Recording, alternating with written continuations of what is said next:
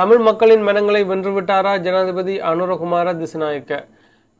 வணக்கம் நண்பர்களே. இன்றைக்கு நாங்கள் இந்த வீடியோவில் இதை பற்றி கதைக்க போகிறோம்னு சொன்னால், எங்களுக்கு தெரியும் இன்றைய தினம் மே மாதம் 18ஆம் தேதி இன்றைய தினம் புதிய அரசாங்கத்தின் அமைச்சர்கள் ஜனாதிபதி அனுரகுமார திசுநாயக்க முன்னிலையில் பதவி பிரமாணம் செய்திருக்கிறாங்க. 21 அமைச்சர்கள் பதவி பிரமாணம் செஞ்சுருக்காங்க. எங்களுக்கு ஏற்கனவே தெரியும் அந்த 21 அமைச்சர்களும் யார் யார், அவங்களுக்கு எவ்வாறான பதவிகள் வழங்கப்பட்டிருக்குன்னு சொல்லி தெரியும். இன்றைக்கு இந்த வீடியோவில் 2 முக்கியமான அமைச்சு பதவிகள் 2 தமிழர்களுக்கு வழங்கப்பட்டிருக்குது. இது தொடர்பாக தான் இன்றைக்கு இந்த வீடியோ நாங்கள் கதைக்க போகிறோம். இதனோட சேர்த்து இன்னொரு விஷயம் கதைக்க போகிறோம். என்னென்னு சொன்னால், இந்த மாதம் நவம்பர் மாதம் எங்களுக்கு தெரியும் தமிழர்களுக்கு மிகவும் முக்கியமான ஒரு மாதமாகும். இந்த மாதம் தொடர்பாக ஜனாதிபதி கையொப்பமிட்டதாக கூறி ஒரு கடிதம் ஒன்று சமூக வலைத்தளங்கள் பகிரப்பட்டு வந்திருந்தது. அந்த கடிதம் ஒரு போலியான ஒரு கடிதமாகும். அந்த கடிதம் தொடர்பாக இன்றைக்கு இந்த வீடியோ நாங்கள் கதைக்க போகிறோம். ரைட். ஃபர்ஸ்ட்டுக்கு அந்த 2 அமைச்சு பதவிகள் 21 அமைச்சர்கள் பதவி பிரமாணம் செய்திருக்கிறாங்க.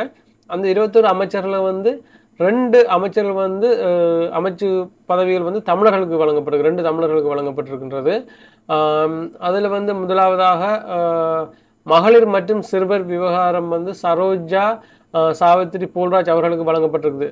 இந்த சரோஜா சாவித்ரி போல்ராஜ் யாருன்னு சொல்லி பார்த்தோம்னு சொன்னால், மாத்தறை மாவட்டத்திலிருந்து பாராளுமன்றத்துக்கு செல்லுகின்ற முதல் தமிழராகும். மாத்தறை டிஸ்ட்ரிக்டிலிருந்து பாராளுமன்றத்துக்கு செல்லுகின்ற முதல் தமிழராகும். இவங்க பெற்றிருக்கிற வாக்குகளின் எண்ணிக்கை எவ்வளோன்னு சொல்லி பார்த்தோம்னு சொன்னால், 1,48,379 வாக்குகள் இவங்களுக்கு கிடைச்சிருக்குது. ஒரு மிகப்பெரிய ஒரு நம்பர், மிகப்பெரிய ஒரு எண்ணிக்கையான அளவு வாக்குகள் இவங்களுக்கு கிடைச்சிருக்குது. இவங்க மாத்தறை மாவட்டத்திலிருந்து இந்த முறை பாராளுமன்றத்துக்கு தெரிவாக இருக்கிறாங்க. இவங்களுக்கு தான் மகளிர் மற்றும் சிறுவர் விவகார அமைச்சு பதவி வழங்கப்பட்டிருக்கின்றது. அடுத்ததாக எந்த தமிழருக்கு என்ன பதவி வழங்கப்பட்டிருக்கு சொன்னால், கடற்தொழில் நீரியல் மற்றும் கடல் வளங்கள் அமைச்சு பதவி ராமலிங்கம் சந்திரசேகர் அவர்களுக்கு வழங்கப்பட்டிருக்குது. இந்த 2 பதவிகளும் இந்த 2 தமிழர்களுக்கு ரெண்டுமே முக்கியமான விடயங்கள். இந்த 2 அமைச்சு பதவிகளும் இந்த 2 தமிழர்களுக்கும் வழங்கப்பட்டிருக்கிற விடயம் ஒரு ஆரோக்கியமான விடயமாக இந்த அரசியல் சூழலில் பார்க்கப்படுகின்றது. இந்த அரசாங்கத்துக்கு இது ஒரு மிகப்பெரிய ஒரு ப்ளஸ்ஸான விடயமாகும். ஏன்னு சொன்னால், இந்த அரசாங்கத்தில் தமிழர்களுக்கும் தமிழ் பாராளுமன்ற உறுப்பினர்களுக்கும் சிறப்பான சில முன்னுரிமைகள் வழங்கப்பட்டு வருகின்றது. இனிவரும் நாட்களிலேயும் தொடர்ந்து இந்த அனுர அரசாங்கமானது தமிழர்களின் பிரச்சனைகளுக்குரிய தீர்வுகளை வழங்குவதில் கூட கவனம் செலுத்துமாக இருந்தால், அடுத்த முறை நடக்கிற தேர்தலில் கூட தேசிய மக்கள் சக்தி ஜனாதிபதி அனுரகுமார திசுநாயக்க அவர்களுக்கு தமிழர்களிடமிருந்து பாரிய அளவிலான வாக்குகள் விடுவதற்கு வாய்ப்புகள் அதிகமாகவே இருக்கின்றது. ரைட். இப்படி நிலைமை போய்கொண்டிருக்கிற இந்த டைமில் இன்னொரு விஷயம் இருக்குது. இன்னொரு விஷயம் நடந்துருக்குது. என்னென்னு சொன்னால், இந்த மாதம் எங்களுக்கு தெரியும் தமிழர்களுக்கு மிகவும் ஒரு முக்கியமான ஒரு மாதமாகும். அது தொடர்பாக சமூக வலைத்தளத்தில் இன்றைக்கு ஜனாதிபதி அவர்கள் கையொப்பமிட்டதாக ஒரு கடிதம் ஒன்று பரப்பப்பட்டு வந்தது.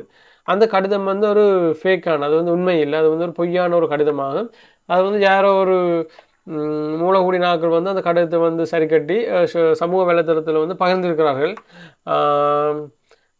அது தொடர்பாக இனி அரசாங்கம் என்ன முடிவுகள், அது இவ்வாறான போலி ஆவணங்களை சமூக வலைத்தளங்களில் பகிரப்படுற நபர்கள் தொடர்பாக சட்டம் அதனுடைய கடமையை செய்யும்னு நினைக்கிறோம். இதில் நாங்கள் என்ன விஷயம் கதைக்க போகிறோம்னு சொன்னால், அதில் கடிதத்தில் இருக்கிற விடயங்கள், இந்த கடிதத்தில் சொல்லப்பட்ட விடயங்கள், இந்த கடிதம் நான் டிஸ்பிளேல ஷேர் பண்ணுறேன்.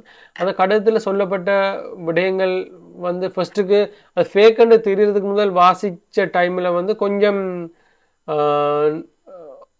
வித்தியாசமாக இருந்தது. அதாவது வளமைக்கு மாறாக இருந்தது. இப்படி ஒரு கடிதம் நாங்கள் எங்களோட வாழ்நாளில் பார்த்ததே இல்லைன்னு சொல்லித்தான் சொல்லலாம். அப்படி கொஞ்சம் இருந்தது அந்த கடிதம்.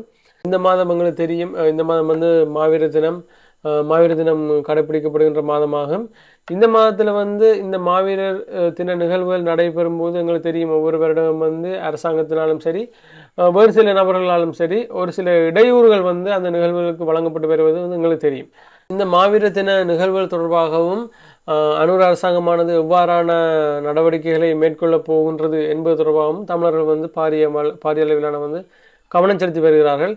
இந்த நிகழ்வின் போது அரசாங்கமானது எவ்வாறு நடந்து கொள்ளப் போகின்றது என்பதை பொறுத்து கூட தமிழ் மக்களின் மனங்களில் அனுர அவர்கள் ஒரு நல்லொரு மரியாதையை பெறக்கூடிய நபராக இருப்பாரா, அல்லது மற்ற அரசாங்கம் போல தமிழர்களுடன் சற்று முரண்பட்டு செல்லக்கூடிய அரசாங்கமாகவே இதுவும் இருக்குமான்னு சொல்லி நம்ம வெயிட் பண்ணி தான் பார்க்கணும். அவ்வளோதான், இதோட இந்த வீடியோ முடிச்சுக்கொள்கிறோம். இந்த வீடியோவில் வந்து ஏதாவது சரி பிள்ளைகள் இருக்குமா இருந்தால் கட்டாயம் சொல்லுங்கள். சரியாக என்னென்னு சொல்லட்டையும் பரவாயில்ல, பிள்ளை எதுவும் இருக்குமென்னு சொன்னால் கட்டாயம் சொல்லுங்கள். அந்த பிள்ளைகளை வந்து திருத்திக் கொள்வதற்கு நான் தயாராக இருக்கிறேன். இன்னொரு வீடியோவில் உங்களை சந்திக்கிறேன். நன்றி.